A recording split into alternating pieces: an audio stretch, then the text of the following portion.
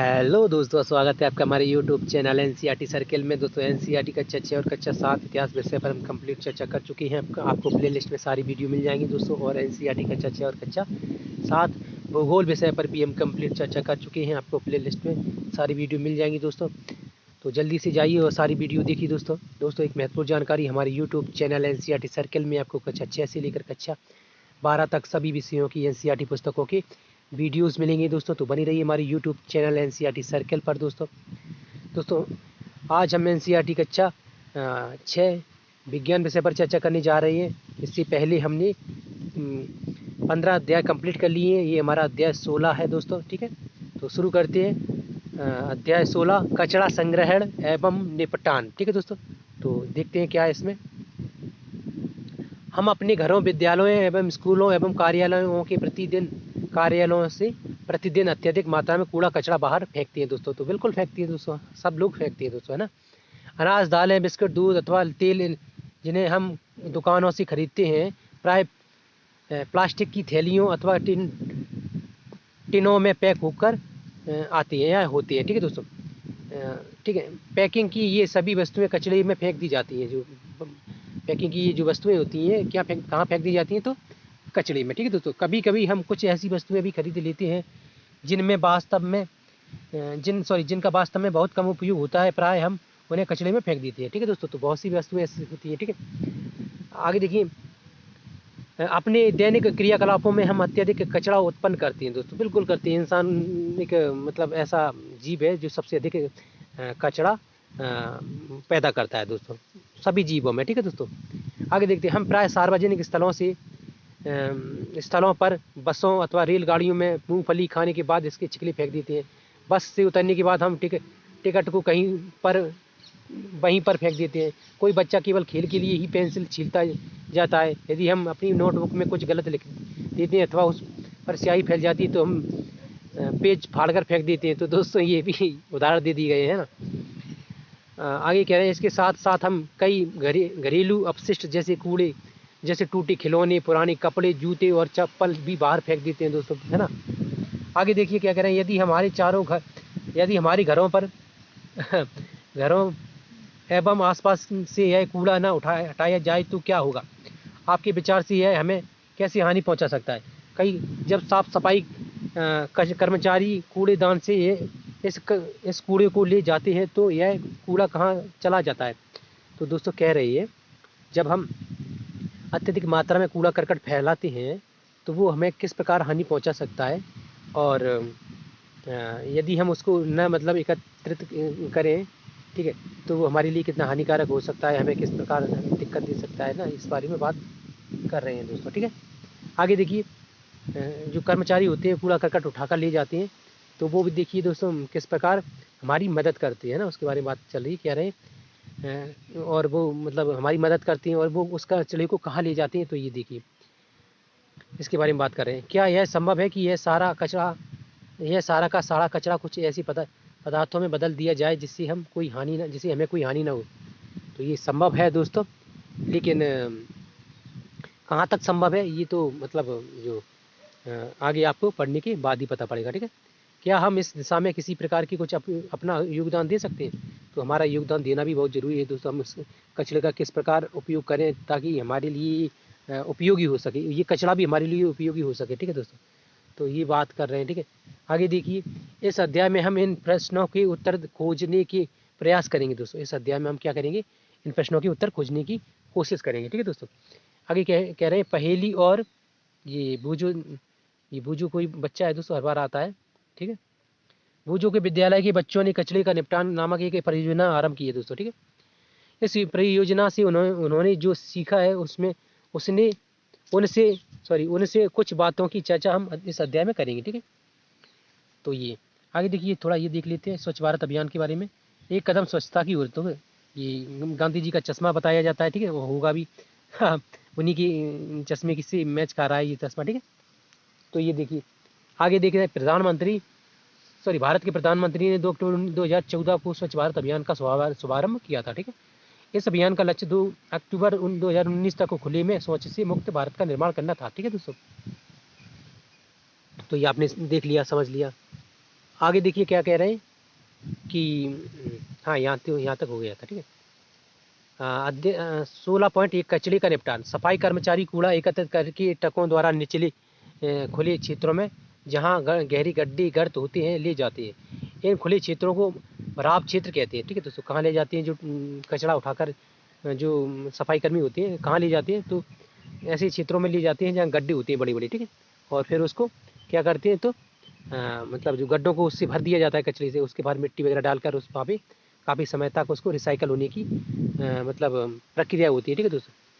तो ये बता रहे हैं, ठीक है। आगे कह रहे हैं कि जहाँ कचरे के उस भाग को जिसका पुनः उपयोग किया जा सकता है उसी रूप में उपयोग न किया जा सकने वाले कचरे में पृथक कर दिया जाता है, ठीक है दोस्तों। तो ये इस प्रकार की एक्टिविटी के बारे में बता रहे हैं। तो जो कचरा इकट्ठा कर दिया जाता है वहाँ पर उस मतलब जहाँ वहाँ कचरे के उस भाग को जिसका पुनः उपयोग किया जा सकता है उसी रूप में उपयोग न किए जा सकने वाले कचरे में पृथक कर दिया जाता है ना।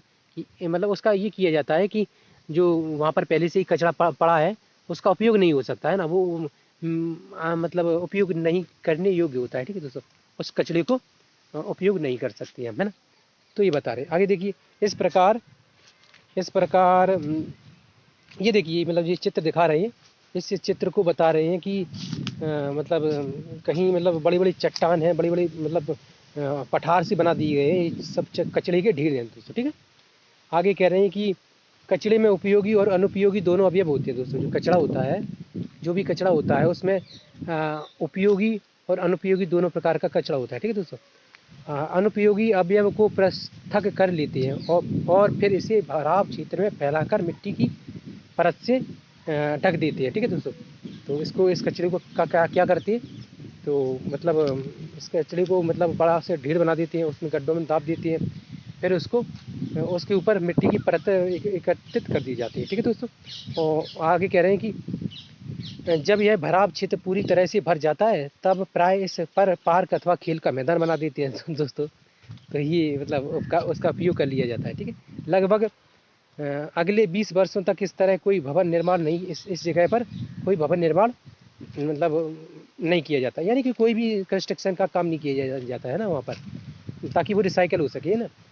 आगे कह रहे हैं कि ये काफ़ी मतलब ऐसी जगह बना दी जाती है जहाँ पे कोई भवन निर्माण है, फैक्ट्री, कंपनी कुछ भी मतलब बने ना, ठीक है। लगभग 20 वर्षों तक, ठीक है। तो कचरे के उपयोगी अवयव के निपटने के लिए भराव क्षेत्र के पास कंपोस्ट बनने वाली क्षेत्र विकसित किए जाते हैं। कंपोस्ट बनने वाले क्षेत्र मतलब क्या होते हैं दोस्तों? तो आप देखेंगे कि कंपोस्ट क्षेत्र यानी कि ऐसे क्षेत्र जहाँ पर मतलब उसका मतलब उपयोग किया जा सके, ठीक है। आगे देखिए क्या कह रहे हैं कि कचरे के उपयोगी अवयव के निपटने के लिए भराव क्षेत्र के पास, हाँ यहाँ तक पढ़ लिया था। कंपोस्ट क्या है? आइए इसे निम्नलिखित क्रियाकलापों द्वारा सीखते हैं दोस्तों। कंपोस्ट क्या है? कंपोस्ट देखते हैं। क्रियाकलाप 1, अपने घर के कचरे को कूड़ेदान में फेंकने से पूर्व किसी स्थान पर एकत्रित कीजिए दोस्तों। जो भी कचरा है आपके घर में उसको फेंकने से पहले उसे एकत्रित कीजिए, ठीक है। फिर इसे 2 समूह में इस प्रकार पृथक कीजिए कि उसमें इस प्रकार की वस्तुएं हों। देखिए समूह 1, रसोई घर का कचरा जैसे फल सब्जियों की छिलकी, अंडे का खोल, बचा हुआ अपशिष्ट भोजन, चाय की पत्तियाँ, समाचार पत्र, सूखी पत्तियाँ एवं कागज़ की थैलियाँ भी इसी समूह में सम्मिलित कीजिए, ठीक है। आगे कह रहे हैं कि ये दोस्तों कपड़े के टुकड़े, पॉलीथीन की थैलियाँ, मिट्टी के टुकड़े, कांच, एल्युमिनियम के पेपर्स, कीले, पुराने जूते एवं टूटे खिलौने दोस्तों, ठीक है। ये सब यहाँ पर कीजिए। अब प्रत्येक समूह के कचरे को 2 पृथक ढेरियों में बांट दीजिए, ठीक है। जो कचरा आपने इकट्ठा किया इसको 2 ढेरियों में बांट दिया जाएगा, ठीक है।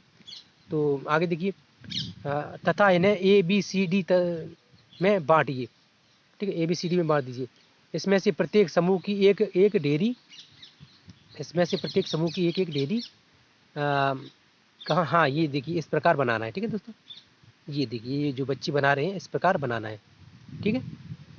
कचरे की ढेरियों को गड्ढों में भरना है, ठीक है दोस्तों। ये देखिए बच्चे ये जो बना रहे हैं ना ये सब, इनको मतलब ये बच्चे पॉलीथीन में लेकर ये कर रहे हैं, ठीक है दोस्तों काम, ठीक है। आगे कह रहे हैं प्लास्टिक की 2 पृथक थैलियों में भरकर इनके मुंह कसकर बांध दीजिए दोस्तों, ठीक है।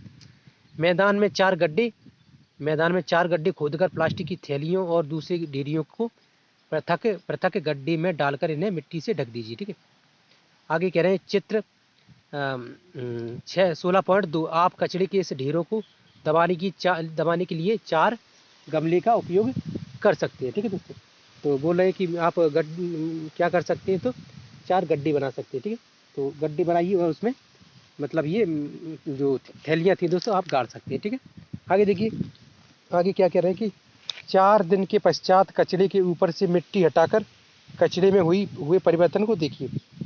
4 दिन बाद जो मिट्टी का ढेर जो उसमें आपने बनाया था उसको मतलब उसके ऊपर जो गड्ढे में आपने जो कचरा गाड़ दिया था उसको हटाने के बाद देखिए क्या हुआ है। कचरे का काला हो जाना तथा उसमें कोई दुर्गंध न आना यह दर्शाता है कि कचरे का पूर्व विगलन हो गया है। सॉरी क्या फंस गया है गली में। कचरे में देखिए दोस्तों 4 दिन बाद उसमें कोई गंध नहीं आएगी। अगर 4 दिन बाद नहीं आएगी, 2 दिन तक तो आएगी शायद, है ना। तो अभी मैंने करके नहीं देखा है इसलिए मैं नहीं कंफर्म नहीं हूँ। इसमें बोल रहे हैं तो शायद 4 दिन बाद उसमें गंध नहीं आएगी। ठीक है, 4 दिन बाद उसमें कोई गंध नहीं आएगी और क्या होगा तो और वो काला भी हो जाएगा दोस्तों। ठीक है, तो ये क्या साबित कर रहा है कि कचरे का पूर्ण रूप से विगलन हो गया है। ठीक, इसे पुनः मिट्टी में ढक दीजिए। इस प्रकार 2 दिन के अंदर पर इसका अवलोकन करके अपने परीक्षणों को सुझाए अनुसार नोट कीजिए। क्या कचरा पूर्णतः विगलित है एवं उससे दुर्गंध नहीं आती। तो दोस्तों मतलब ऐसा होता है कि वो कचरा एक तरह से खाद बनेगा। ठीक है दोस्तों, आगे देखिए, आंशिक रूप से विगलित है, पूर्ण रूप से विगलित है या आंशिक रूप से विगलित है, यानी यदि पूर्ण रूप से विगलित है तो उसमें दुर्गंध आ रही है नहीं आ रही है, ये सब आपको जांच करना है। ठीक है दोस्तों, आगे कह रहे हैं लगभग पूर्णतः विगलित है परंतु अभी भी दुर्गंध आ रही है, या वो कचरा पूरी तरह से विगलित हो गया है और उसमें बास आ रही है। बास बोलो तो दोस्तों या गंध को कहते हैं, दुर्गंध को। ठीक है, स्मेल को एक इंग्लिश में स्मेल कहते हैं। ठीक है, आगे देखिए, कोई परिवर्तन नहीं है या उनमें कोई परिवर्तन नहीं हुआ है दोस्तों। किस ढेर के कचरे का विकलन हुआ है और किसका नहीं हुआ है, तो ये भी देखना है। अपने प्रेक्षण के आधार पर सारणी 16.1 की कॉलम में अपने विकल्प 1 2 3 4 या यहाँ को क्या करना है, इसमें आइए, इसमें लिखना है। तो हमें तो लिखना नहीं है, हमें तो उसमें सिर्फ एनसीईआरटी पढ़नी है। ठीक है, आगे देखिए, भरिए।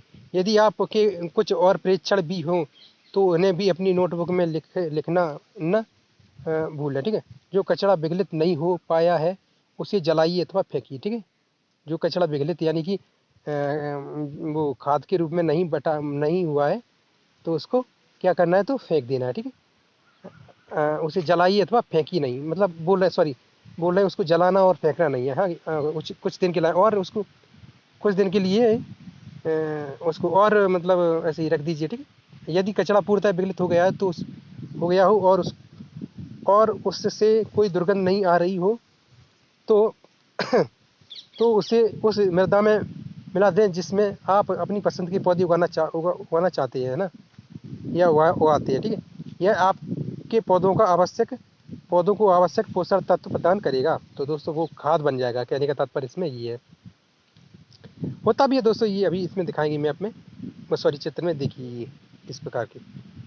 ठीक है, ये पत्तियाँ जलाने पर हानिकारक गैस उत्पन्न करती हैं। देखिए ये देखो, ये काला काला, ये हल्का सफ़ेद, ये गैसें हैं। ठीक है, ये पत्तियाँ दोस्तों उत्पन्न करती हैं। ठीक है, आगे कह रही हैं, आपने इस क्रियाकलाप में यह परीक्षण किया होगा कि कचरे की कुछ चीज़ें विगलित होती हैं। कचरे की कुछ चीज़ें क्या होती हैं, विगलित, यानी कि खाद के रूप में बदल जाती है। ठीक है, जिनसे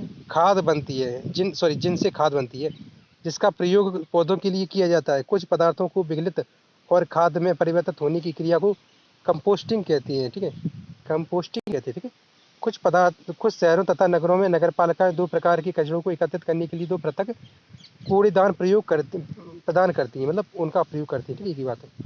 प्राय एक का रंग नीला तथा दूसरे का हरा होता है। ये दोस्तों हर जगह यही मतलब रंग और इन 2 रंगों की, वैसे रंग तो और भी यूज किए जाते हैं। कचरे की जो वो होती है ना गाड़ियाँ, और भी रंगों की गाड़ियाँ भी मतलब डिब्बे यूज करती हैं। मुख्यतः ये 2 ही प्रकार के किए जाते हैं। ठीक है, आगे कह रहे हैं कि हाँ, यहाँ नीले कूड़ेदान में पुनः उपयोग किए जा सकने वाला पदार्थ डाले जाते हैं। ठीक है दोस्तों, क्या होता है, जो नीले कलर का जो बॉक्स होता है या पेटी होती है या वो गाड़ी होती है, उसमें क्या होता है, तो ऐसा कचरा डाला जाता है जो पुनः उपयोग किया जा सके, मतलब उसका रिसाइकल हो सके, यानी कि वो खाद के रूप में प्रयोग किया जा सके। ठीक है दोस्तों, तो आप समझ रहे हैं ना, नीले कूड़ेदान में पुनः उपयोग किए जा सकने वाले पदार्थ डाले जाते हैं, जैसे प्लास्टिक, धातु तथा कांच। ठीक है दोस्तों, ये इसका क्या होता है, प्लास्टिक को इकट्ठा करके उसकी दोबारा उसकी जो प्लास्टिक बनाई जा सकती है, समझ रहे हैं ना। और कांच है दोस्तों, कांच की बोतल्स होती है, शीशियाँ होती हैं, उनका भी दोस्तों पुनः कांच बनाया जाता है फैक्ट्री में जाकर। ठीक है, और आगे क्या कह रहे हैं कि हाँ, क्या आप क्या आपने यह ध्यान दिया है कि ये वही पदार्थ है जो कूड़े के ढेर में विघटित नहीं हुए थे। ठीक है दोस्तों, नहीं हुए थे। ठीक है, आगे क्या कह रहे हैं, हरे कूड़ेदान रसोई तथा अन्य पादप तथा जंतु अपशिष्टों को एकत्रित करने के लिए होते हैं। ठीक है, जो हरे होते हैं ना, तो वो क्या होते हैं, तो उसमें क्या किया जाता है कि जो रसोई घर से, किचन से दोस्तों जो अपशिष्ट पदार्थ निकलते हैं ना, फल सब्जियों के मतलब छिकली वगैरह है, खराब फल है, और रोटियां वगैरह होती हैं, या और भी अन्य प्रकार के आप सोच सकते हैं। तो ठीक है दोस्तों, क्या क्या निकलता है किचन वगैरह, रसोई घर से। ठीक है दोस्तों, और आगे देखिए, जो पादप होते हैं, सब्जियां वगैरह, फल फ्रूट हैं दोस्तों, सब्जियां खराब हो जाती हैं वो ना, ये अन्य प्रकार की सामग्री आप अपने हिसाब से भी सोच सकते हैं। ठीक है, आगे कह रहे हैं आप, हाँ, आगे कह रहे हैं कि आपने यह नोट किया होगा कि इस प्रकार की अपशिष्ट मिट्टी में दबाने पर पूर्णतः विघटित हो जाते हैं। तो क्या होता है, वो क्या होता है, विघटित यानी कि कंपोस्टिंग हो जाती है। ठीक है, मतलब वो उसमें बदल जाती है, किसमें, तो खाद के रूप में। ठीक है, आगे कह रहे हैं, अब तो आप समझ ही गए होंगे कि क्रियाकलाप एक में किए गए के अनुसार कचरे को फेंकने से पहले उसे दो समूह में पृथक करना क्यों आवश्यक है। समझ गए होंगे ना आप, तो बिल्कुल सब समझ जाते हैं दोस्तों, आप भी समझ गए होंगे। ठीक है, आगे देखिए, ये आपसे शुरू करना है। क्या आपने सड़कों के किनारे सूखी पत्तियों के कचरे के ढेर देखे? क्या आपने सड़क के किनारे सूखे कचरे के पत्तियों के ढेर देखे? पेड़ पौधों से जो पत्तियां झड़ जाती हैं, उनको देखा होगा, आपने ज़रूर देखा होगा। मैं तो अक्सर देखता हूँ दोस्तों, क्योंकि मैं मेरा तो बाग में उठना बैठना ही रहता है, क्योंकि मैं अक्सर बाग में ही बैठकर दोस्तों वीडियो बनाता हूँ उसके लिए, क्योंकि मैं घर पर थोड़ा क्लाउड रहता है इसलिए। ठीक है, आगे देखिए, हाँ, बहुधा इन्हें जला देती हैं, मतलब बहुधा यानी कि अक्सर इन्हें जला दिया जाता है। ठीक है, तो जला क्यों दिया जाता है, क्योंकि ये मतलब दिक्कत देती हैं, सड़कों पर आ जाती हैं, और मतलब और भी प्रकार की इससे समस्याएं हो जाती हैं कि लोग बाग इसको जला ही देते हैं। ठीक है, आगे देखिए, चित्र 16.3 में दिखाया गया है। 16.3 में दोस्तों क्या दिखाया गया है, ये देखिए, ये पत्तियों को जलाने पर हानिकारक गैसें उत्पन्न होती है। ठीक है, तो ये आगे कह रहे हैं, प्राय किसान भी कटाई के पश्चात खेतों में सूखी पत्तियां फल फसली पादपों के अपशिष्ट तथा भूसे जैसे अपशिष्टों को जलाते रहते हैं। क्या हो रहा है यहाँ पे, बोल रहे हैं कि किसान जो होते हैं ना, हमारे देश को के अन्नदाता कहलाते हैं दोस्तों, वो भी मतलब ये काम करते हैं। उनका तो दोस्तों करना मजबूरी भी होता है, और एक तरह हिसाब से देखा जाए तो वो सोचते हैं कि उसको जलाने से एक मतलब उनको मतलब कि अगली फसल बोना है, तो उसके लिए उन्हें ज़रूरी है, कम समय उनके पास बचता है ना। तो ये सब क्रियाएं उनके लिए मतलब होती रहती हैं। ठीक है, उनके लिए ज़रूरी होती है। ठीक है दोस्तों, आगे देखिए, कह रहे हैं अब पादकों का कहाँ पर, हाँ, इन्हें जलाने पर स्वास्थ्य के लिए हानिकारक गैसें तथा धुआं उत्पन्न होता है। हमें इस पद्धति को समाप्त करने का प्रयास करना चाहिए। क्यों करना चाहिए, तो दोस्तों क्योंकि इससे वही बता रहे हैं कि हानिकारक जो गैसें होती हैं वो उत्पन्न होती हैं, हानिकारक निकलता रहता है। तो ये आगे कह रहे हैं कि हानिकारक धुआं गैसें वगैरह उत्पन्न होती है, जो इंसानों के लिए काफ़ी मतलब हानिकारक होती हैं। ठीक है, आप समझ रहे हैं क्या कहना चाहता है। ठीक है, आगे देख रहे हैं, हमें इस पद्धति को समाप्त कर देना, समाप्त करने का प्रयास करना चाहिए। इस इन अवशिष्टों को उपयोगी कंपोस्ट में परिवर्तन किया जा सकता है। जो दोस्तों ये जो किसान जला देते हैं इनको भी इनका भी कंपोस्ट किया जा सकता है, लेकिन बहुत से बेचारे गरीब किसान होते हैं तो उन्हें इतना वक्त भी नहीं रहता है ना, और उनके पास वो सुविधाएं भी नहीं होती जिससे ये क्रियाकलाप वो कर सके, है ना, इसलिए वो नहीं कर पाते। ठीक है, और उनके पास सबसे बड़ी वजह तो वो ये दोस्तों उनके पास वक्त की कमी रहती है, क्योंकि अगर हाल ही तुरंत ही वो सब ऐसा कंपोस्ट वगैरह करेंगे तो अपने और अन्य काम कैसे करेंगे वो ना, तो मुख्य वजह ये हो सकती है। ठीक है, और भी आपको सोच सकते हैं क्या हो सकता है। ठीक है,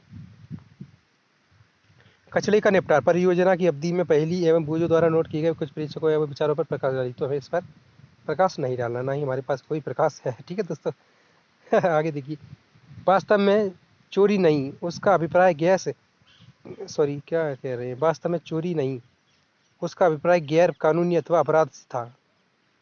कहाँ पर आ गए हम यार दोस्तों,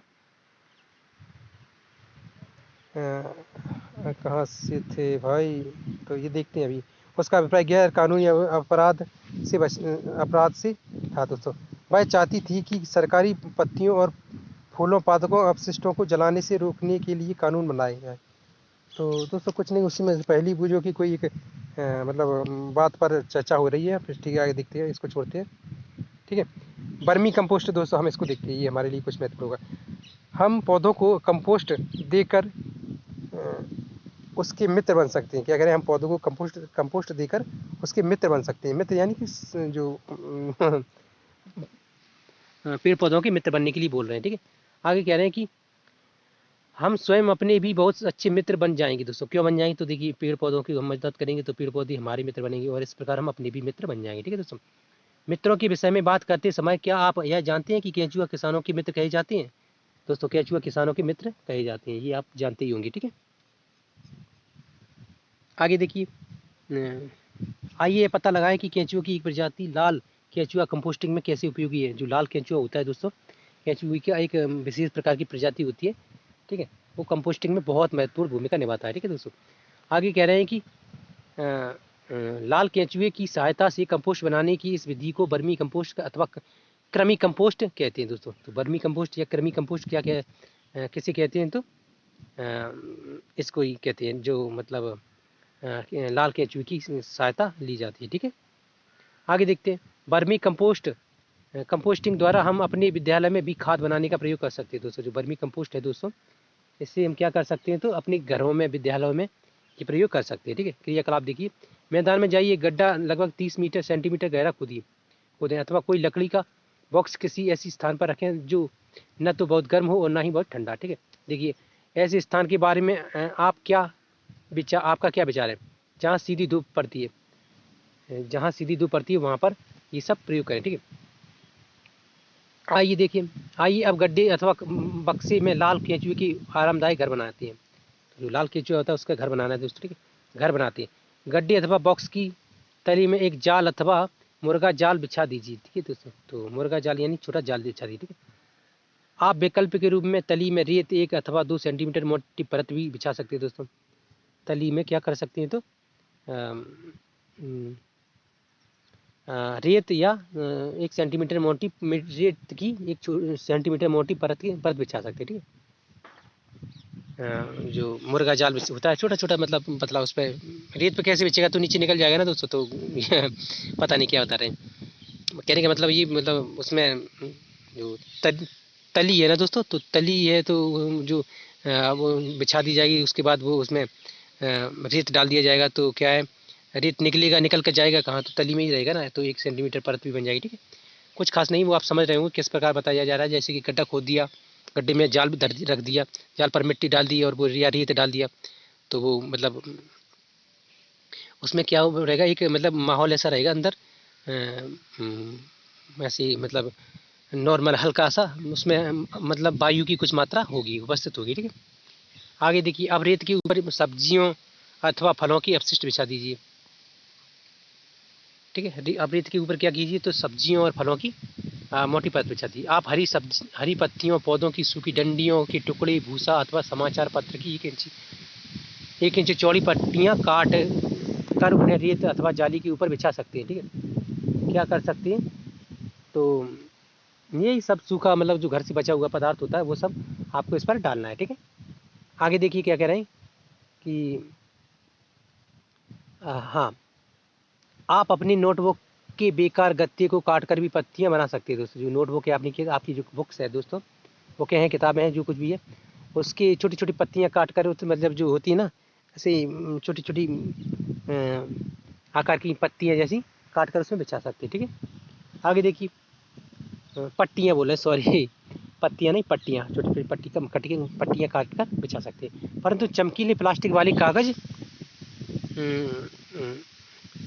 चमकीली एवं कार्टून का प्रयोग न करें। जो कार्टून होता है उसका प्रयोग न करें, और चमकीली जो कागज़ होता है या पॉलीथीन होती है उसका प्रयोग करना नहीं चाहिए। ठीक है, आगे देखिए रेत अथवा तार की जाली पर सूखी गोबर भी बिछाया जा सकता है। ठीक है दोस्तों, रेत की अथवा तार की जाली पर। ठीक है, आगे कह रहे हैं कुछ जल छिड़क कर इस परत को नम बनाइए। थोड़ा जल छिड़किए दोस्तों और उस परत को क्या करिए, नम बनाइए ना, उसमें नमी की मात्रा बढ़ा दीजिए। ठीक है, आगे कह रहे हैं ध्यान रहे कि जल इतना अधिक ना हो कि वह बहने लगे दोस्तों, है ना, मतलब नॉर्मल डालिए। ठीक है, ऐसा ना इतना मत डालिए कि वो बह जाए, क्या फ़ायदा है ना, तो सारा प्रोग्राम बेकार हो जाएगा। आगे कह रहे हैं कि अपशिष्ट की परत को दबाइए नहीं, इसे पोला ही रहने दीजिए। अपशिष्ट की जो परत होगी एक पोली हो जाएगी ना, मैंने बताया था कि उसमें थोड़ी एयर बनी रहेगी तो सब सांसें रहेंगी अंदर अंदर ही अंदर। ठीक है, तो पोला ही रहने दीजिए।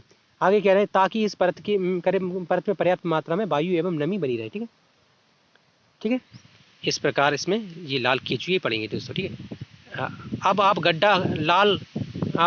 गड्ढा लाल केंचुए के स्वागत के लिए तैयार है। अब लाल केंचुए खरीद कर इसे अपने गड्ढे में रखिए दोस्तों। लाल केंचुए पैसों से आती हैं, है ना, और कितने की आती हैं ये तो पता नहीं है मैं। ठीक है, मैंने कभी खरीदे नहीं है और ना ही मुझे इसकी जानकारी है, सॉरी। अब देखिए, हाँ ना, खरीद कर इसमें डाल दीजिए। चित्र 16.4 में दिखा रहे हैं इस प्रकार। ठीक है, ये डाल दिया गया है। अब इन्हें जूट की बोरी, पुरानी चादर अथवा घास से हल्के से ढक दें। ठीक है, आपके लाल केंचुए को भोजन चाहिए। आप इन्हें फल तथा सब्जियों के अपशिष्ट, कॉफ़ी अथवा चाय की चाय छानने के बाद बची हुई पत्ती तथा रेख, अरे यार सॉरी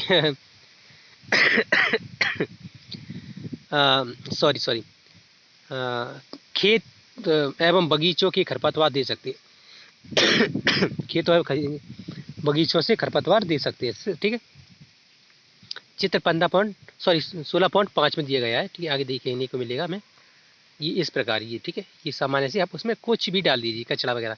लाल केंचुए के लिए आहार। ठीक है, ये लाल केंचुए के लिए आहार है। ठीक है, इस गड्ढे में इस भोजन को लगभग 2-3 सेंटीमीटर गहराई में दबा कर रखना चाहिए। अच्छा हो सकता है, ये अधिक अच्छा होगा। ठीक है दोस्तों, इसको दबा कर रखेंगे तो ये अच्छा होगा। ठीक है, आगे देखिए नमक, अचार, तेल, सिरका, मांस एवं दूध से निर्मित अपशिष्ट पदार्थ भोजन के रूप में लाल केंचुए को न दें।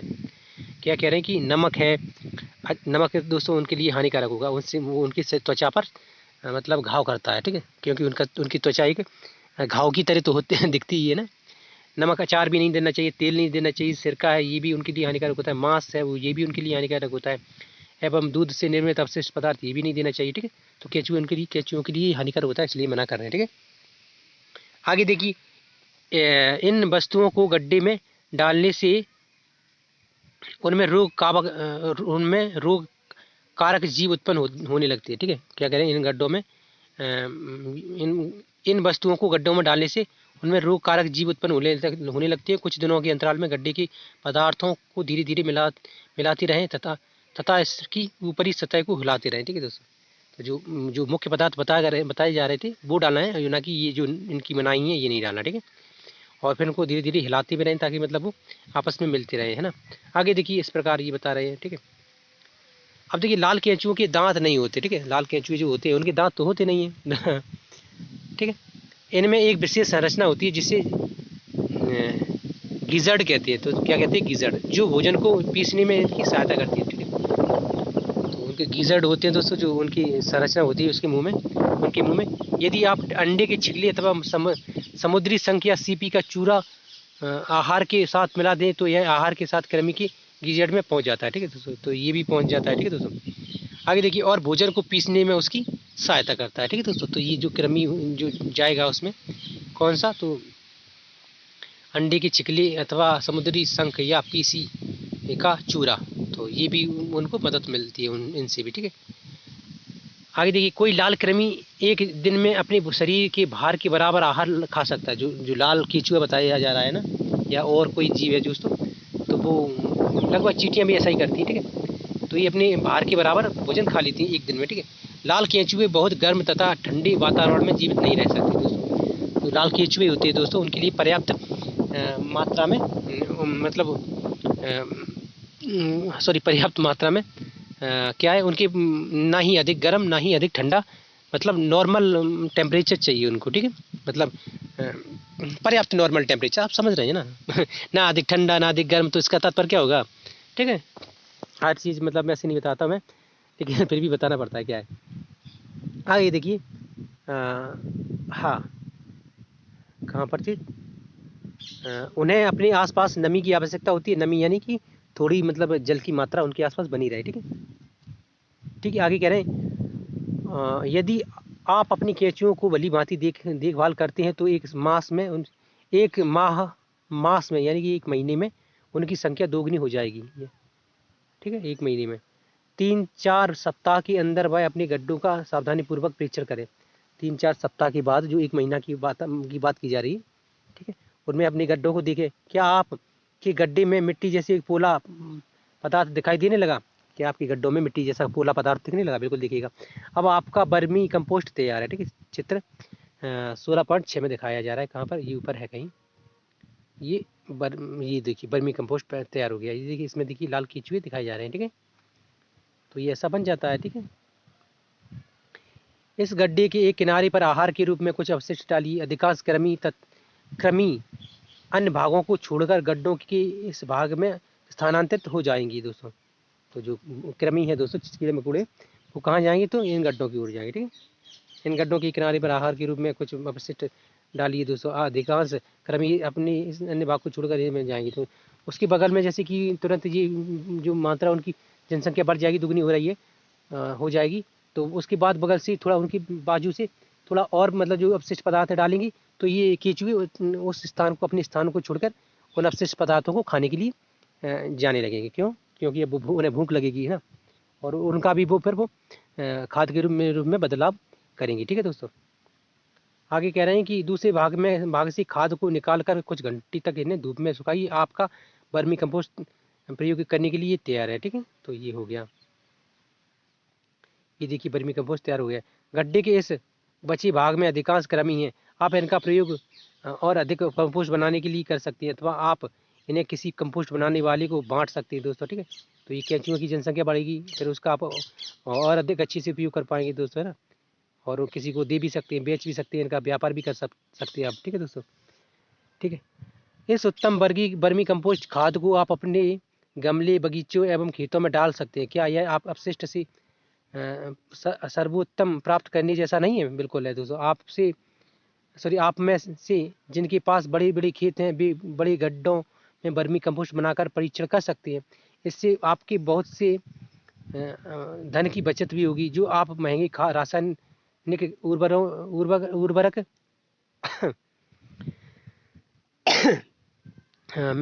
महंगी रासायनिक उर्वरकों एवं खाद खरीदने के लिए खर्च करते हैं। तो दोस्तों, उर्वरक जो अपन खरीदते हैं उनमें बहुत अधिक पैसा लगता है। ठीक है, उन उर्वरकों की जगह आप इन खाद का उपयोग करें दोस्तों। सोचिए और फिर फेंकिए। तो कह रहे हैं दोस्तों, कोई भी चीज़ सोचिए तब फेंकिए ना, बिना सोचे ना फेंके किसी चीज़ को। आपके विचार में हर दिन प्रत्येक घर से कितना कचरा फेंका जाता है, इसका अनुमान आप किसी बाल्टी को मात्रा के रूप में लेकर कर सकते हैं। अपनी घर का कचरा एकत्र करने के लिए 5 से 10 लीटर की कोई बाल्टी लीजिए और उसमें कुछ दिन तक अपने घर का सारा कचरा एकत्र कीजिए, मतलब अपने घर का कचरा एकत्र कीजिए। कितने दिनों में यह बाल्टी पूरी भर जाती है? आप अपने घर के सदस्यों की संख्या जानते हैं? यदि आप अपने शहर अथवा नगर की जनसंख्या का पता लगा ले, तो क्या आप अब आप यह अनुमान नहीं लगा सकते कि प्रतिदिन आपके मोहल्ले अथवा नगर के सभी घरों से कितनी बाल्टी कचरा उत्पन्न होता होगा। तो दोस्तों वही है कि मतलब आप अनुमान लगा सकते हैं, जैसा कि पिछले अध्याय में पानी का उपयोग करने के लिए बताया जा रहा था, ठीक है। आप उसको भी देख सकते हैं, ठीक है। अब हम सॉरी आइए अब हम एक ऐसे गांव के बारे में कहानी पढ़ते हैं जहां के लोग अधिक बुद्धिमान हैं और वहां कचरा कम निकलता है। नानू छठी कक्षा में पढ़ता था। उसे कागज़ का वायुयान बनाना बहुत अच्छा लगता था भाई। जब अपनी नई नोटबुक के पन्ने फाड़कर वायुयान बनाता है तो उसकी माँ को बहुत कष्ट होता है, परंतु नानू इसकी कोई चिंता नहीं करता। तो नानू कोई बच्चा है दोस्तों, और अपनी नई नई किताबों को फाड़ कर वो क्या करता है, तो जहाज बनाता है। जहाज है, नाव है दोस्तों, ऐसी चीज़ें बनाता है दोस्तों, ठीक है। आगे कह रहे हैं कि ये हाँ, इस बार नानू अपनी माँ के साथ अपनी मौसी के घर गया। तो जो ये नानू है दोस्तों, ये कहाँ गया, तो अपनी मौसी के घर गया दोस्तों। और वहाँ पर इसने क्या किया, तो वहाँ वह अपनी मौसी भाई श्याम द्वारा बनाई विभिन्न चीज़ों को देखकर आश्चर्यचकित हो गया। उसने पुरानी चार्टों से फाइलें बनाई हुई थी दोस्तों। पुरानी चार्ट यानी कि पुरानी जो कोई कागज़ वगैरह होंगी या कोई जो रसीद जैसी होती है ना, उनसे क्या किया उसने, तो फाइलें बना ली थी, ठीक है दोस्तों। आगे देखिए, पेंसिल की छीलन से बधाई कार्डों तथा फूल, पुरानी कपड़ों से चटाई, पॉलीथीन की थैलियों से टोकरी आदि को देखकर नानू आश्चर्यचकित हो गया दोस्तों, क्योंकि उसकी मौसा के लड़के ने काफ़ी अच्छे उपयोग किए थे दोस्तों इन चीज़ों का, ठीक है। आगे कह रहे हैं, श्याम ने तो विवाह में निमंत्रण पत्रों से एक डायरी भी बना रखी थी दोस्तों। तो ये भी काफ़ी उपयोगी चीज़ उसने बना ली थी, ठीक है दोस्तों। एक दिन प्राय नानू अपनी नानी को ढूंढता हुआ पहुंचा, तो उसने देखा कि उसकी नानी एक टोकरी उसकी नानी एक टोकरी ऊपर एक गाढ़ी लुगदी का लेप कर रही थी। तो टोकरी पर गाढ़ी लुगदी का लेप कर रही थी, ठीक है। नानू ने पूछा, नानी आप क्या कर रही हैं, यह लेप क्या है। यह कागज़ की लुगदी है, इस लेप, नानी ने कहा, ठीक है। इस लेप को मैंने चिकनी मिट्टी एवं कागज़ से तैयार किया है दोस्तों, तथा इसमें मैंने कुछ धान की भूसी भी मिलाई है। नानी ने उत्तर दिया, ठीक है। परंतु उसे आप टोकरी पर क्यों लगा रही हैं, नानू ने पूछा। नानी ने उत्तर दिया, इसे पक्की और टिकाऊ बनाने के लिए, है ना, ठीक है। क्या तुम मुझसे सीखना चाहोगे, उसकी नानी ने बोला, ठीक है। नानू को इसमें कोई रुचि नहीं थी और वह खेलने के लिए बाहर भाग गया। वह तो केवल कागज फाड़ कर वायुयान बनाने में रुचि रखता था, ठीक है। तो ये बच्चा शरारती था, ठीक है, आप समझ रहे हैं। वास्तव में उसने श्याम की फाइलों में भी कागज़ फाड़ना शुरू कर दिया, ठीक है। तो बच्चा कितना शरारती था ये देखिए। श्याम ने नानू द्वारा वायुयान बनाने के उपयोग हुए सभी कागज़ों को एकत्रित कर लिया और वह सोच रहा था कि नानू के साथ क्या व्यवहार किया जाए कि वह किसी की भी कोई बात सुनता तक नहीं था दोस्तों। क्या व्यवहार किया जाए, वह किसी की भी बात नहीं सुनता था। कौन, तो नानू। कुछ दिनों बाद नानू का जन्मदिन आने वाला था। श्यामू ने नानू के मित्रों को निमंत्रण देने की योजना बनाई। तो श्याम ने, जो उसका मौसी का लड़का था, उसने, ठीक है, तो उसने उसके मित्रों को निमंत्रण दिया। आगे कह रहे हैं कि नानू ने अपनी मिट्टी की गुल्लक में से कुछ पैसे निकाले और बाजार गया। कौन, नानू, ठीक है। उसने अपने मित्रों के लिए कागज़ की कुछ हेड खरीदी। उसने दुकानदार से उन्हें एक पॉलीथीन की थैली में रखने को कहा, परंतु दुकानदार ने उसे पॉलीथीन की थैली न देकर कागज़ की थैली दे दी, ठीक है। नानू ने बहुत सी चीज़ें जैसे टॉफ़ियाँ और बिस्किट भी खरीदे। उसे इन सभी चीज़ों को लेकर चलना मुश्किल लगने लगा, परंतु कोई भी दुकानदार उसे पॉलीथीन की थैली देने के लिए तैयार नहीं था, ठीक है। घर से चलते समय श्याम ने उसे कपड़े का थैला ले जाने को कहा था, ठीक है। अब उसे उसकी बात न मानने का दुख हुआ। किसी प्रकार वह अपनी सभी वस्तुओं को साथ लेकर घर पहुंचा। चित्र 16.8 में दिखाया जा रहा है। यहाँ पे कहाँ है, ये देखिए, कागज़ के बैग लेकर आ रहा है। ये कौन है, ठीक है, नानू, ठीक है। ऐसे काल्पनिक बच्चे होते दोस्तों, आप इस पर ध्यान ना दें, कौन है, कैसा है, कहाँ का है, ठीक है। नानू के मित्रों ने जन्मदिन पर दावत खाई और बहुत सी खेलकर पार्टी का भरपूर आनंद लिया। ठीक है दोस्तों, तो उसके मित्र आए चले गए। ठीक है, आगे देखते हैं। उसके सभी मित्रों ने नानू द्वारा खरीदी गई चमकीली कागज़ की हेड पहनी। ठीक है, नानू ने श्याम ने नानू के मित्रों के लिए कागज़ की लुगदी से सुंदर मुखौटे बनाए थे। उसने नानू के लिए भी एक विशेष उपहार बनाया था, एक फोटो फ्रेम तथा बधाई का सुंदर कार्ड। यह सब उसने नानू द्वारा फेंके गए कागज़ की लुगदी से बनाए थे। ठीक है दोस्तों, यह नानू के लिए एक नया अनुभव था। उसने सभी मित्रों उसके सभी मित्र अपने मुखौटों के साथ अपने घर ले गए, अपने मुखौटों को साथ ले गए क्योंकि उन्हें अच्छी लगी, बच्चे ही तो हैं। नानू बहुत उत्तेजित था और वह अपना भोजन समाप्त करके अपना व्यवहार देखना चाहता था, करके अपना सॉरी यार, क्या दिमाग है मेरा आज, काफ़ी ख़राब है। अपना अपना उपहार देखना चाहता था। ठीक है, विद्यालय की छुट्टियां समाप्त होने के पश्चात नानू घर वापस आ गया। उसका शहर श्याम के गांव से कितना लगे। वह गांव स्वच्छ एवं साफ सुथरा था, इसलिए वहाँ कचरा बीनने वाले भी नहीं थे। परंतु अब उसने कचरा बीनने वाले बच्चों को घर के आसपास कचरा बीनते हुए देखकर नाक भौं चढ़ाना छोड़ दिया। समझ रहे हैं, जो बच्चा सुधर गया। ठीक है, वो कौन, नानू।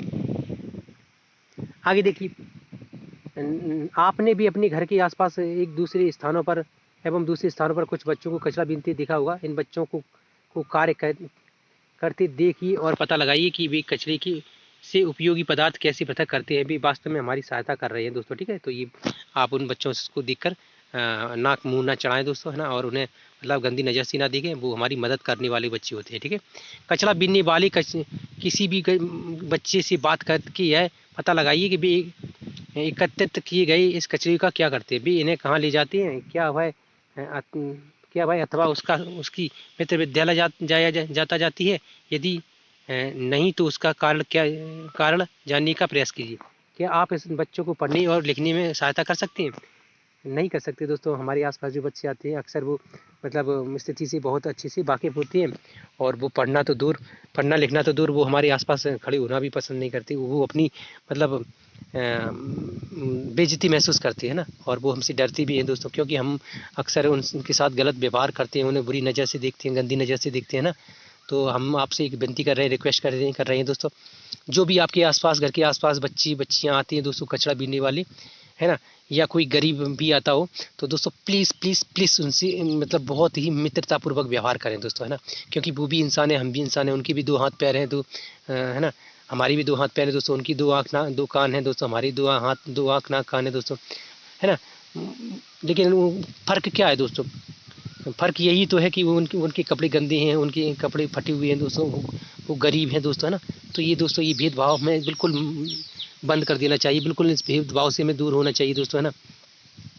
किसी से भी भेदभाव करना दोस्तों, उसकी मतलब सम्मान का अपमान करना है दोस्तों, है ना। प्लीज़ आप हर बच्चे से, हर इंसान से मित्रतापूर्वक, भाईचारापूर्वक और समान व्यवहार करें दोस्तों, है ना। किसी को ऊंच नीच की भावना से ना देखें, किसी को गंदी नज़र से ना देखें, किसी को मतलब बुरी नज़र से ना देखें, किसी को भी दोस्तों मतलब किसी का भी अपमान ना करें। ठीक है, तो मुझे उम्मीद है आप दोस्तों मेरी बात मानेंगे दोस्तों, एक छोटा भाई बंधु, बड़ा भाई बंधु मानकर। ठीक है, आगे देखिए, क्या आपने कभी अपने घर पर पुराने समाचार पत्रों, कांच तथा धातु की वस्तुओं, प्लास्टिकों की थैलियों, पुरानी नोटबुकों को किसी कबाड़ी को बेचने में घर वालों की सहायता की है? उससे बात करके पता लगाइए कि वह इस सब कबाड़ का क्या करता है। क्या श्याम की भांति आप भी व्यर्थ कागज़ों से नए कागज़ बनाना चाहेंगे?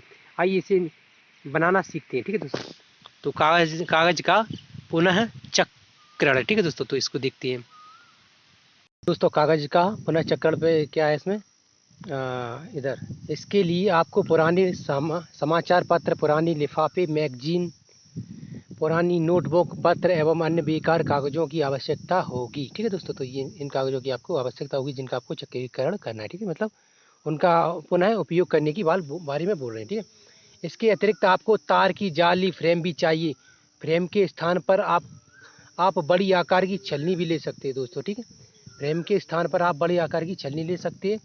आगे कह रहे हैं कि कागज़ को छोटे छोटे टुकड़ों में फाड़िए। ठीक है, इन्हें एक बाल्टी अथवा टब में रखकर जल डालिए। ठीक है, क्या करना है, तो इसमें छोटे छोटे टुकड़ों को फाड़ लें दोस्तों। मतलब कागज़ों को छोटे छोटे टुकड़े कर लें दोस्तों, ठीक है। और उसको एक बाल्टी में डाल लें, है ना। और उसमें जल भरा हो, ठीक है। आगे देखिए, कागज़ के टुकड़ों को जल में 1 दिन के लिए डुबा रहने दीजिए, ठीक है।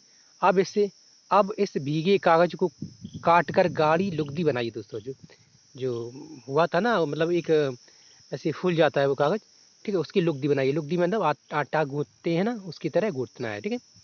आइए देखिए, अब फ्रेम पर जड़ी जाली पर गीली लुगदी को फैलाइए दोस्तों। जो जो फ्रेम लिया था तार वाला जाल, उस पर वो लुगदी लगाइए, ठीक है। आप जानते हैं किस तरह से लगाना है, लेप लगाना है, ठीक है। लुगदी की परत को यथासंभव एक समान बनाने के लिए फ्रेम को धीरे धीरे ठोकिए, ठीक है। फ्रेम को धीरे धीरे ठोकिए ताकि वो अच्छे से उसमें लग जाए, ठीक है। जल के बाहर जल के बहकर निकल जाने तक प्रतीक्षा कीजिए। यदि आवश्यक हो तो फ्रेम पर पुराना कपड़ा अथवा समाचार समाचार पत्र फैला दीजिए, जिससे लुगदी का अधिक से अधिक जल सोख लिया जाए, ठीक है। तो क्या बना रहे हैं, मतलब इसमें आप देखिए, अभी आगे देखने को मिलता है, क्या बन रहा है, ठीक है। चित्र में होगा इधर। अब लुगदी की इस परत को सावधानी से फ्रेम से अलग कर किसी पुराने समाचार पत्र पर रख कर धूप से सुखाइए, ठीक है दोस्तों। अब उस लुगदी को धूप में रखकर सुखाना है, ठीक है।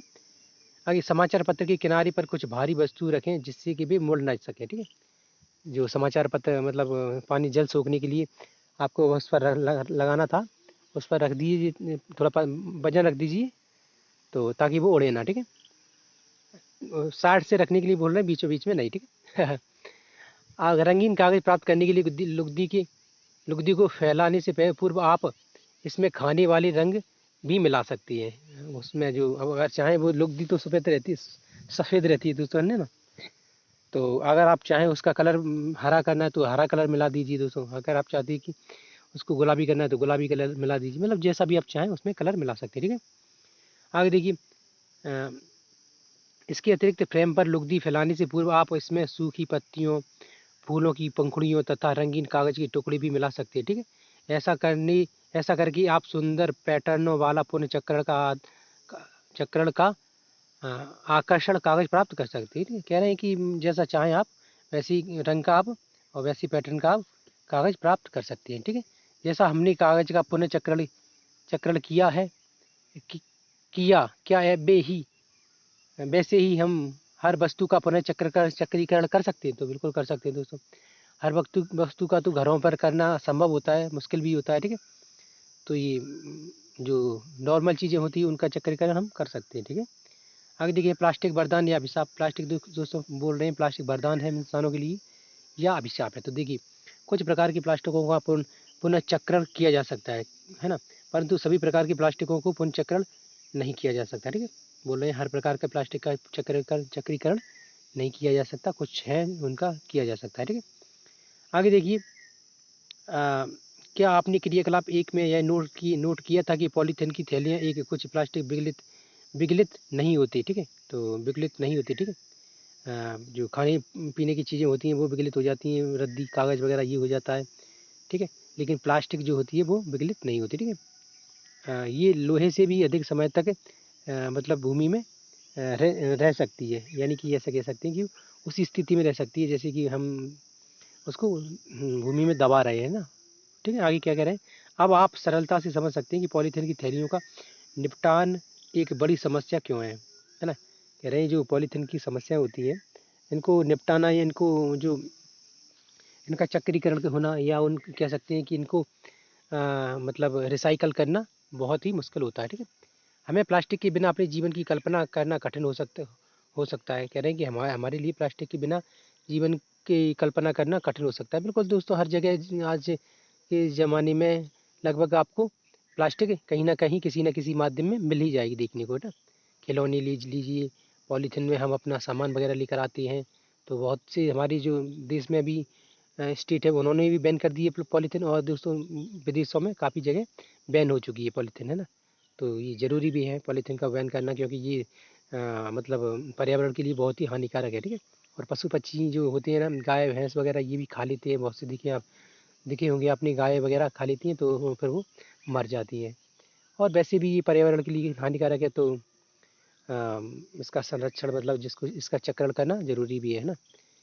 अब देखिए किस प्रकार इसका चक्र हो सकता है, तो इसके बारे में आगे मिलेगी जानकारी क्या है। आगे देखिए, जिन्हें हम उपयोग करते हैं, क्या करें, क्या आप प्लास्टिक से बनी कुछ ऐसी वस्तुओं के नाम की सूची बना सकते हैं जिन्हें हम उपयोग करते हैं? खिलौने, जूते, थैली, पेन, कंघा, कांच के ब्रश, दांत के ब्रश, बाल्टी, बोतल, जल पाइप। इन वस्तुओं की सूची बहुत लंबी है, बिल्कुल लंबी है दोस्तों। हर प्रकार की जो चीज़ें हैं उनमें लगभग कहीं ना कहीं आपको प्लास्टिक देखने को मिल जाएगा आज के दौर में। ठीक है, क्या आप प्लास्टिक से बने बस, कार, रेडियो, टेलीफोन, रेफ्रिजरेटर और स्कूटर की भागों के नाम बता सकते हैं? बिल्कुल है दोस्तों, आज भी आपको मतलब आज भी क्या, वो तो हमेशा से चले आ रहे हैं, प्लास्टिक काफ़ी जगह यूज होती है। ठीक है, आगे कह रहे हैं, प्लास्टिक का उपयोग संभवतः स्वयं कोई विशेष समस्या उत्पन्न नहीं करता। प्लास्टिक का उपयोग जो हम उपयोग करते हैं उससे कोई हानि नहीं है ना। जब उसका जो वो मतलब मतलब कोई उपयोग की नहीं रहती, फिर उसको हम मतलब इधर उधर फेंक देते हैं ना, तो वो हानिकारक हो जाती है। जैसे कि पॉलीथीन हमने उसमें सब्जी लेकर आए, उसको फिर घर पर रखते नहीं है, फेंक दी, तो वो हानिकारक है ना। तो ऐसे ही बता रहे हैं, आगे क्या कह रहे हैं, समस्या तब उत्पन्न होती है जब हम इसका अधिकाधिक उपयोग करते हैं तथा अपशिष्ट प्लास्टिक की निपटान से अनजान होकर उसकी उपेक्षा कर देते हैं, है ना। कह रहे हैं कि जो जो प्लास्टिक होती है उसका हम निपटान नहीं करते, यानी कि उसको हम कहीं अच्छी जगह पे, ऐसी जगह पे जहाँ उसको मतलब ऐसी जगह रख सकें जहाँ पर वो उनका चक्रीकरण हो सके। ठीक है, तो ऐसी जगह पर हम उसका निपटान नहीं करते, इसलिए वो हमारे लिए मतलब समस्या बन जाती है। ठीक है, आगे कह रहे हैं, आज हमारे चारों ओर यही हो रहा है दोस्तों, हो रहा है बिल्कुल। देखिए जगह जगह पर आपको गलियों में, सड़कों पर, नालियों में, खेतों में, और दोस्तों कहाँ कहाँ बता दें, हर जगह लगभग आपको पॉलीथीन एक दो डरी मतलब पड़ी मिल जाएंगी दोस्तों ना। ये भी डर लगता है कि कहीं मतलब जो बच्चे हैं ये मुंह में दे लें, ये इनको नुकसान ना हो जाए ना, तो ये डर भी बना रहता है। और भी दोस्तों मतलब जो कहाँ कहाँ नहीं होता, आपको आप भी सोच सकते हैं, आप अपने हिसाब से भी कुछ आइडियाज़ लगाइए कि कहाँ कहाँ इनका उपयोग हो रहा है, कहाँ कहाँ ये पड़ी रहती है फालतू में, है ना। तो यदि भी हम इसके दुष्प्रभावों से परिचित हैं, यदि हम इसके दुष्प्रभावों से परिचित हैं, फिर भी हो सकता है कि हम अपनी उत्तरदायित्व को नहीं समझ पा रहे हैं। बिल्कुल दोस्तों, हमें इसकी जो वो है मतलब जिसकी जो समस्या, इससे जो समस्याएं पैदा हो रही हैं हमारे लिए, हम वो अच्छी तरह से जानते हैं ना, क्या क्या समस्या पैदा हो सकती हैं, क्या क्या क्या ये हमारे लिए नुकसानदायक हो सकता है। फिर भी हम इस अपना उत्तरदायित्व यानी कि हम अपनी भूमिका निभाते नहीं हैं, और हम अपना मतलब धर्म नहीं निभाते, है ना, यानी कि इसको सही जगह पर इसको नहीं रखते, है ना। इनका मतलब पुनः उपयोग भी किया जा सकता है। जैसे हम मार्केट में जा रहे हैं, तो हमारे घर पर जो पिछली बार, जैसे आज हम दोस्तों सब्जी लेकर आए और वो पॉलीथिन हमारे साथ आ गई, हम उसको धोकर या किसी प्रकार की उसको रख कर इकट्ठा कर लें। जैसे हम कहीं मार्केट जा रहे हैं तो अपने पॉकेट में, बैग में कहीं रख के ले जा सकती है। जब मार्केट में पहुँचे तो बोलो भाई, हम मार्केट में सब्जी वगैरह जो भी फल फ्रूट लेके आ रहे हैं, उसे बोल दो कि भाई मेरे पास पॉलीथिन है, आप मत दीजिए, है ना, आप न दें। तो कितना अच्छा होगा, उसको भी अच्छा लगेगा, और ये हमारे लिए भी अच्छा होगा, हमारे घर में इकट्ठा में जो पॉलीथिन हो रहा है वो नहीं होएगा, है ना। और क्या हो सकता है दोस्तों, तो मतलब जब वो मतलब दुकानदार या सब्जी वाला कोई भी जब पॉलीथीन हमको नहीं देगा, तो हमारे घर में एक अधिक पॉलीथीन इकट्ठी नहीं हुई, तो हमारी उससे क्या, हमारी घर के आसपास भी पॉलीथीनों की मतलब जो क्या होता है फालतू में फेंकना मतलब बंद हो जाएगा। ठीक है, और दुकानदार को ये होगा कि वो उसे बार बार पॉलीथीन के पैकेट्स नहीं लेके आने पड़ेगा ना। तो ये काफ़ी महत्वपूर्ण बात है, आप समझ रहे हैं ना दोस्तों क्या कह रहे हैं। ठीक है, आगे कह रहे हैं, हम प्राय प्लास्टिक की थैलियों का उपयोग पके हुए भोजन के संग्रह के लिए करते हैं। प्राय ये थैलियाँ खाने की वस्तुओं को रखने योग्य नहीं होती। तो उस जो पॉलीथीन होती है ना, खाने की जो भोजन होता है उसको रखने के लिए लायक नहीं, रखने की लायक नहीं होती, फिर भी हम इसमें भर रखते हैं क्योंकि हानिकारक होती है। पॉली थैलियों में पैकेट किए भोजन को खाना हमारे स्वास्थ्य के लिए भी हानिकारक हो सकता है दोस्तों। जो थैलियों में हम खाना वगैरह लेकर आते हैं, ये हमारे लिए स्वास्थ्य के लिए हानिकारक होता है, फिर भी हम मतलब कैसे ये सामान अपने साथ लेकर मतलब पॉलीथीन में ही लेकर घूमते रहते हैं ना, ये भी गलत है। प्राय दुकानदार प्लास्टिक की थैली ऐसी थैलियों का उपयोग करती हैं जिनका इससे पूर्व किसी अन्य कार्य में उपयोग नहीं हो चुका हो। कहने का तात्पर्य दोस्तों ये है कि हर बार जो भी दुकानदार सामान देता है, कोई भी मतलब सब्जी, फल फ्रूट या और अन्य सामान, है ना, तो वो हर बार नई पॉलीथीन को हमें मतलब नई पॉलीथीन में सामान रख कर देता है। क्यों देता है? क्योंकि वो चाहता है कि मतलब उनका ग्राहक जो है हम हैं, तो उस मतलब पुरानी चीज़ मतलब पुरानी पॉलीथीन को देखकर उसका सामान खरीदने कहीं बंद ना कर दें, है ना। तो ये हर बार इसलिए बार-बार दुकानदार को ज़रूरत पड़ती है, वो बड़ी दुकानदारों से खरीद कर लाता है पैकेट्स वगैरह, बड़ी दुकानदार और बड़ी दुकान से खरीद कर लाती होंगी। इस प्रकार बड़े दुकानदार कहीं और से लेकर आते होंगे। इस प्रकार फिर वो कंपनियों से लेकर आते होंगे, है ना। तो ये इस प्रकार कंपनियों में और डिमांड बढ़ती है सामान मतलब प्लास्टिक की, पॉलीथीन की, है ना। तो कंपनियाँ वाले बनाती हैं। अगर ऐसा ही होता रहा तो मतलब कितनी अधिक बनेगी और फिर वो हमारे आस-पास घर के मोहल्लों के आस-पास नालियों में, सड़कों पर, खेतों में इधर-उधर पड़ी रहती हैं, तो वो नुकसानदायक होती हैं, ठीक है। तो ये बता रहे हैं। आगे देखिए, इस प्रकार की पुनर्चक्रण वाली प्लास्टिक की थैलियों में खाद्य पदार्थों को रखना हानिकारक हो सकता है। खाद्य पदार्थों के संग्रहण के लिए हमें इस कार्य के लिए अनुमोदित प्लास्टिक की थैलियों के उपयोग के लिए आग्रह करना चाहिए। दोस्तों कह रहे हैं कि आग्रह क्या करना चाहिए, तो हमें मतलब उन्हीं जो थैलियों का उपयोग करना चाहिए जो हम एक बार प्रयोग कर चुके हैं, ठीक है। मैंने जैसा बताया कि हम अगर दोस्तों ये करना चाहें तो ये मेरा आइडिया थोड़ा आपको भले ही बुरा लगे, लेकिन ये काफ़ी अच्छा आइडिया है मेरे हिसाब से। हम जैसे कहीं जाते हैं दोस्तों, तो अपनी जेब में जितना सामान लेना जाना है, हमें अपने ऊपर पूरा विश्वास रहता है कि हमें कितना सामान लेना है, कितना मतलब नहीं लेना है। तो 1-2 पन्नी एक्स्ट्रा रख कर ले जाएँ ना, और मार्केट में जाएँ, तो वहाँ से दुकानदार से या सब्जी वाले से या फल फ्रूट वाले से बोल दे, भाई मेरे पास पॉलीथीन है, आप ना दें, और ये धीरे-धीरे आप बंद करें पॉलीथीन को लेना, मतलब पॉलीथीन में सामान देना, ठीक है। तो वो कितना मतलब खुश होगा वो, है ना। और हमें भी बहुत अच्छी मतलब ये मतलब समझ मतलब हमारे अंदर विकसित होगी और लोग हमारी तरफ देखेंगे कि कहेंगे हाँ ये बच्चा अच्छा है, समझदार है, पढ़ा लिखा है, ठीक है दोस्तों। तो ये दोस्तों मेरा ये आइडिया आपको कैसा लगे प्लीज़ कमेंट में बताएं प्लीज़। मैं ये 2-4 बार करता हूँ, मतलब जब मैं जाता हूँ तो मैं कर ही देता हूँ।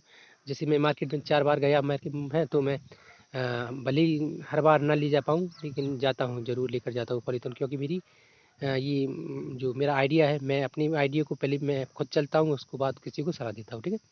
आगे देखिए, सभी प्रकार के प्लास्टिक गर्म करने अथवा जलाने पर हानिकारक गैस मुक्त करती है दोस्तों। क्या करते हैं, तो जो भी प्लास्टिक है दोस्तों उसको जलाते हैं या गर्म करते हैं, तो उनसे हानिकारक गैसें निकलती हैं ना, तो वो हमारे पर्यावरण के लिए कितना हानिकारक होंगी आप सोच सकते हैं।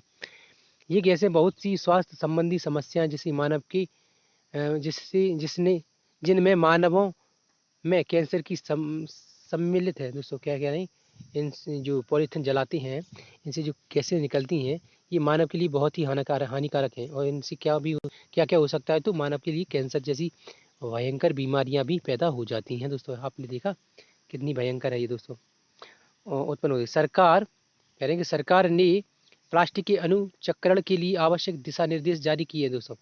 हमारे देश की गवर्नमेंट है दोस्तों, और भी अन्य देशों में भी सरकारें ऐसा ही कर रही हैं, प्लास्टिक का चक्रीकरण कर रही हैं दोस्तों। क्यों भी समझदार होती जा रही हैं, मतलब सरकारें समझदार नहीं हो रही, यहाँ की मतलब वो लोगों को मतलब जागरूक कर रही हैं। और सरकारें तो मतलब जानती हैं कि पर्यावरण के लिए हानिकारक है, किस प्रकार ये पर्यावरण के लिए मतलब नुकसानदेह है, किस प्रकार से हमारा पर्यावरण इन प्लास्टिकों के उपयोग से, प्लास्टिकों की जलाने से और भी उनकी जो भी उपयोग हो रहा है, उससे पर्यावरण के लिए कितना खतरा है, जीव जंतुओं के लिए कितना खतरा है, मानव के लिए कितना खतरा है ना। तो ये सरकारें मतलब योजनाएं चलाती हैं और उन वो लोगों को मतलब जागरूक करती हैं ना, तो ये ज़रूरी है। आपने देखा होगा कि प्राय लोग अपने घर के कचरे को प्लास्टिक की थैलियों में भरकर बाहर फेंक देते हैं। तो ये क्या है, ये हर इंसान करता है। मेरे घर में अब थोड़ा मैंने ये आइडिया सोचा और मैंने फिर अपने घर वालों को सब बताया, तो उन्होंने कहा ठीक है। तो ये ठीक ठीक होता जा रहा है ना। आगे देखिए, आप भी ऐसा ही करिए दोस्तों प्लीज़। गली मोहल्ले की हाँ देते हैं। गली मोहल्ले के आवारा पशु भोजन की खोज में जब इन थैलियों को देखते हैं, तो प्राय प्लास्टिक की थैलियों को भी निगल जाते हैं। बिल्कुल, जैसे कि आप दोस्तों कब क्यों निकलते हैं, क्यों ऐसे निकल जाते हैं। तो जैसे हमने मान के चलिए किसी मतलब कोई भी चीज़, जैसे कि किसी फल या सब्जी को किसी पॉलीथिन में रख के फेंक दिया, ठीक है। तो वो क्या करेंगे, गाय है, जैसे कि गाय का ही उदाहरण ले रहे हैं, गाय अक्सर खा जाती है बनिया, निगल जाती हैं। तो वो क्या करते हैं, वो सब्जी को खाने के चक्कर में वो पॉलीथिन को भी खा जाती हैं, सोचती हैं कि इसमें कुछ लगा रह जाएगा, है ना। ऐसे ही और भी पशु ऐसा करते हैं, ठीक है। तो देखते हैं कभी कभी तो इस कारण उनकी मृत्यु भी हो जाती है। हमने देखा है दोस्तों, काफ़ी बार इसी कारण गायों की मृत्यु हो रही है। और भी पशु दोस्तों, गाय का ही उदाहरण तो मैंने लिया क्योंकि मैंने अक्सर इनको ही ऐसा करते हुए देखा है ना, ठीक है। तो इसलिए सड़कों पर सड़कों तथा अन्य स्थानों पर असावधानी पूर्वक फेंकी गई ये प्लास्टिक की थैलियाँ बहुधा बहकर नालों अथवा सीवर प्रणाली में पहुंच जाती हैं, यानी कि ये नालियों में और सीवर प्रणाली में जाकर फंस जाती हैं दोस्तों, है ना। तो ये भी हानिकारक है। फलस्वरूप नाले अवरुद्ध हो जाते हैं, यानी कि नालों में क्या होगा, फिर जाम लगेगा, जाम हो जाएंगी नाली, है ना, नालियाँ नाले जो भी है, ठीक है। और गंदा जल सड़कों पर फैलने लगता है। तो दोस्तों देखिए, है ना, ये हानिकारक। फिर नालियाँ जाम होंगी, नाली जाम होंगी, तो जो फिर उनमें क्या होगा, गंदा जल हो जो है ना, तो वो फिर क्या होगा, हमारी सड़कों पर बहेगा बहेगा, है ना, क्योंकि वो उसका निकास रास्ता, निकलने वाला रास्ता बंद हो जाता है, ठीक है। फिर सड़कों पर बहेगा, फिर उससे गंदगी फैलेगी, गंदगी फैलेगी तो उसमें कीड़े मकोड़े मच्छर पनपेंगे, है ना। फिर उसके बाद क्या होगा, तो मच्छर हमारे लोगों, हम सब लोगों को काटेंगे, खाएंगे, है ना। काट कर नहीं खाएंगे दोस्तों, मतलब काटेंगे और मतलब हमें बीमारियाँ देंगे, है ना। तो ये सब, तो कहने का मतलब है कि एक चीज़ से बहुत सी चीज़ें लिंक होती हैं, चाहे वो अच्छी हो या बुरी, ठीक है। बुरी चीज़ अक्सर लिंक रहती है एक दूसरे से, ठीक है। आगे कह रहे हैं कि भारी जब वर्षा के समय तो बाढ़ जैसी स्थिति उत्पन्न हो जाती है, क्यों, क्योंकि नालियों में अधिक अधिक पानी चलता है, ठीक है। और फिर वो जब उनमें नालों में नालियों में पन्नियाँ पॉलीथिन्स जो फंसी होती है, उसकी वजह से नहीं निकल पाता जल, तो सड़कों पर बाढ़ जैसी संभावना हो जाती है। आपने देखा होगा अक्सर बड़े शहरों में, ठीक है। प्लास्टिक का अंधाधुंध प्रयोग अत्यधिक हानि पहुंचा सकता है दोस्तों, है ना। तो कह रहे थे कि कितना अच्छा ये दोस्तों, अगर किसी बड़ी परीक्षा में लिखने के लिए आए तो दोस्तों ये एक बहुत ही अच्छा उत्तर लिखने के लिए बहुत अच्छी कंटेंट उपलब्ध करा सकता है, क्या, तो ये जो हम पढ़ रहे हैं ये, ठीक है। आगे देखिए, ठीक है, प्लास्टिक के अति अति उपयोग को निम्नतम करने के लिए हम क्या कर सकते हैं। तो प्लास्टिक के अति उपयोग के लिए हम क्या कर सकते हैं, तो इसका उपयोग निम्न कर दें, यानी कि इसका कम से कम उपयोग करने लगे, है ना, तो समझ रहे हैं।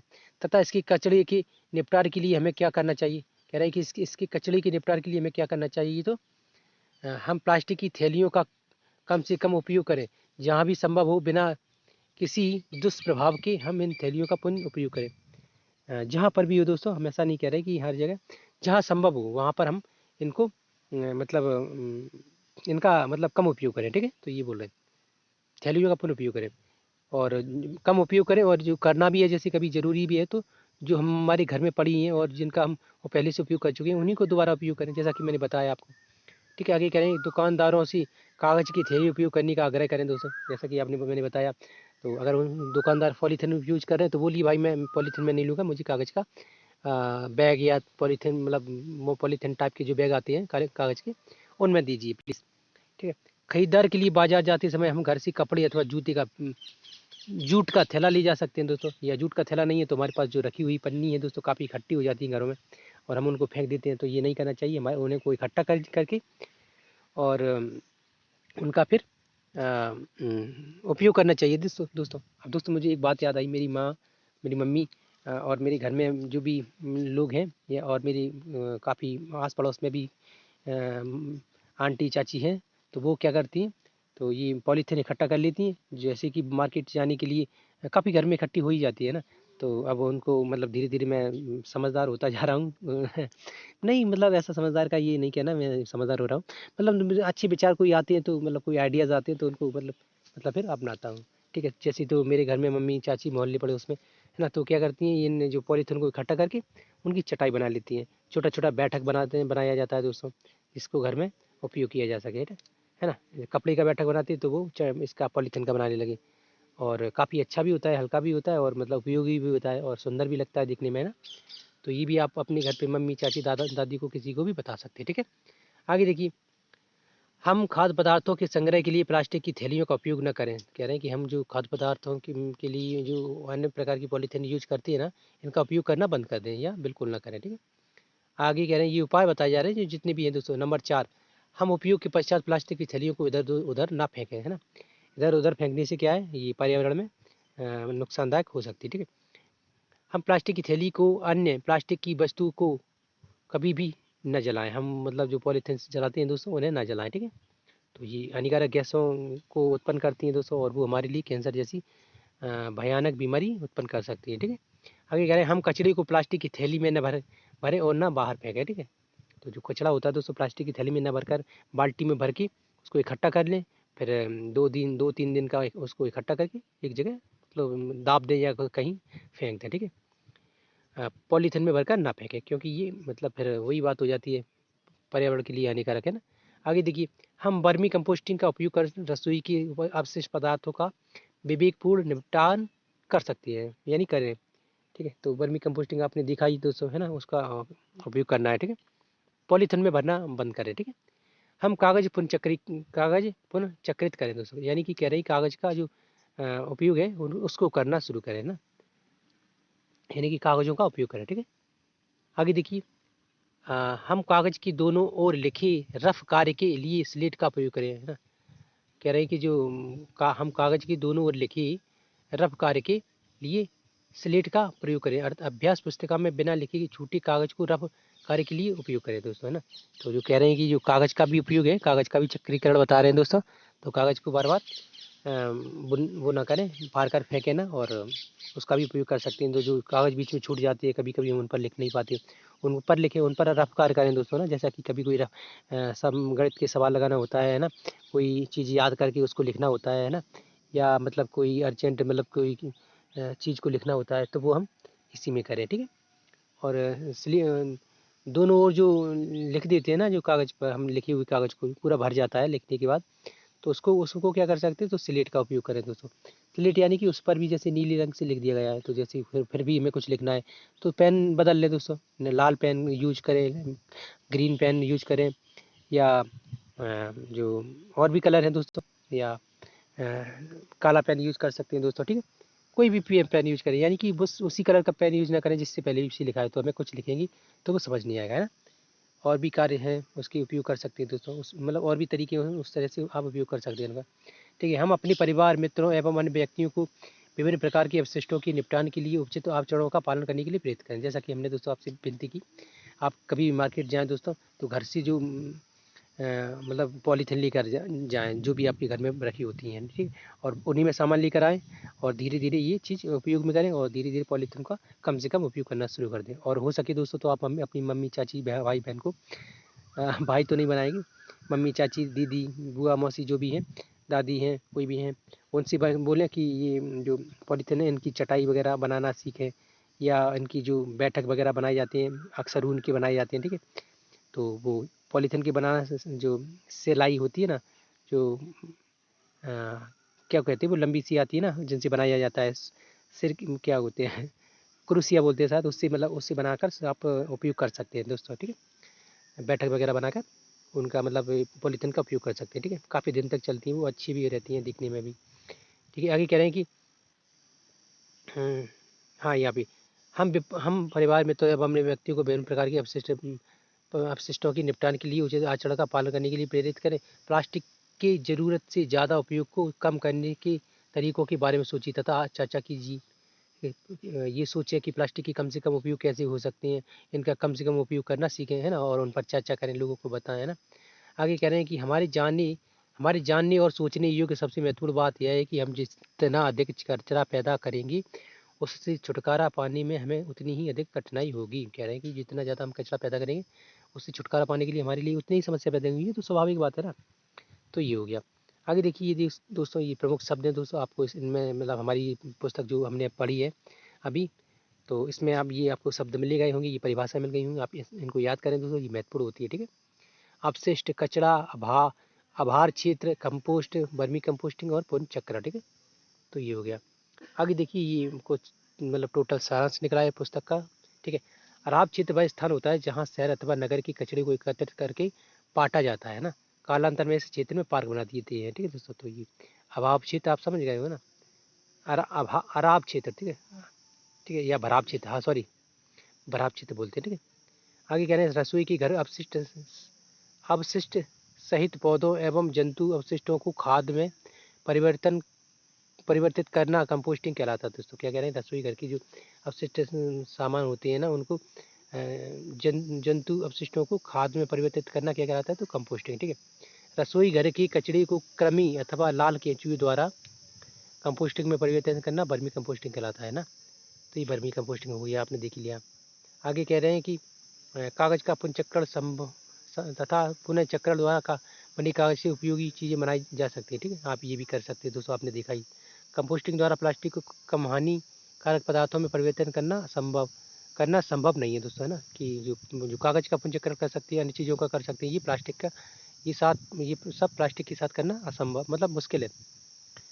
हमें कम से कम अपशिष्ट उत्पन्न करनी करने की आवश्यकता है। हमें अपनी चारों ओर कचरे की बढ़ती मात्रा से निपटने के लिए उपाय सोचने चाहिए, ठीक है? तो ये हो गया, ठीक है दोस्तों? तो दोस्तों ये अब अभ्यास प्रश्न है कक्षा 6 के छात्रों के लिए, तो ये हमारी काम का नहीं है, ठीक है? तो आगे यहाँ इधर दोस्तों कुछ नहीं है, ठीक है?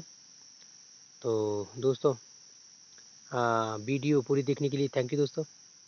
हमारे वीडियो को शेयर करें दोस्तों, चैनल को सब्सक्राइब करें और हमारी वीडियोज़ को लाइक करें दोस्तों प्लीज़, थैंक यू।